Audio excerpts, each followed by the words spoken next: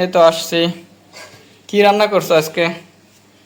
এই তো তুমি বেগুন দিয়ে আলু ভাজি করেছি। এটা কি? ডাউল, এই যে ছোলার ডাল। ছোলার ডাল, যাক অনেক ভালো করেছো। আর অনেক এই দিন যে পরে ডাল খাবো। কাঁচা মরিচ কামড়াই কাঁচা কামড়াই খাবা। কাঁচা মরিচ খাবো তো অনেক ঝাল লাগবে। হ্যাঁ?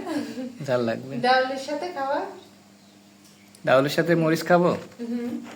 মরিচ খাইলে তো অনেক ঝাল লাগবে, জিভে জ্বলে আসলে যাবে, গাল জ্বলে যাবে। আজকে হচ্ছে দেরি হয়ে গেল, ছেলে খুব জ্বালাচ্ছিল তো সেজন্য রান্না করতে যায় অনেকটাই দেরি হয়ে গেছে। তা আজকে এখন বাজে কয়টা? সকালের খাবার যে এখন খাচ্ছি কয়টা বাজে বলো তো?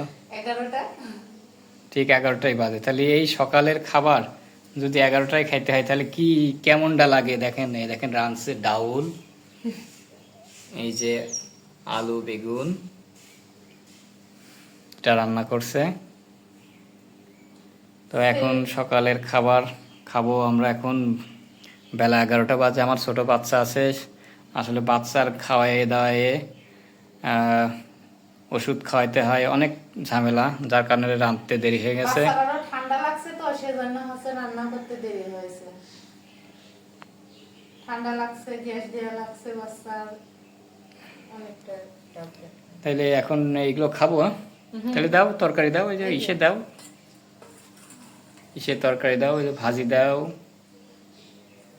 ডাউল দেবো না পরে নিবা? দাও ডাউল দাও।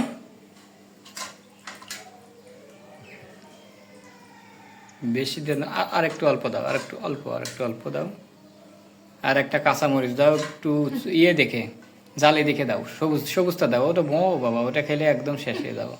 এটা হুম, এক কাছে থেকে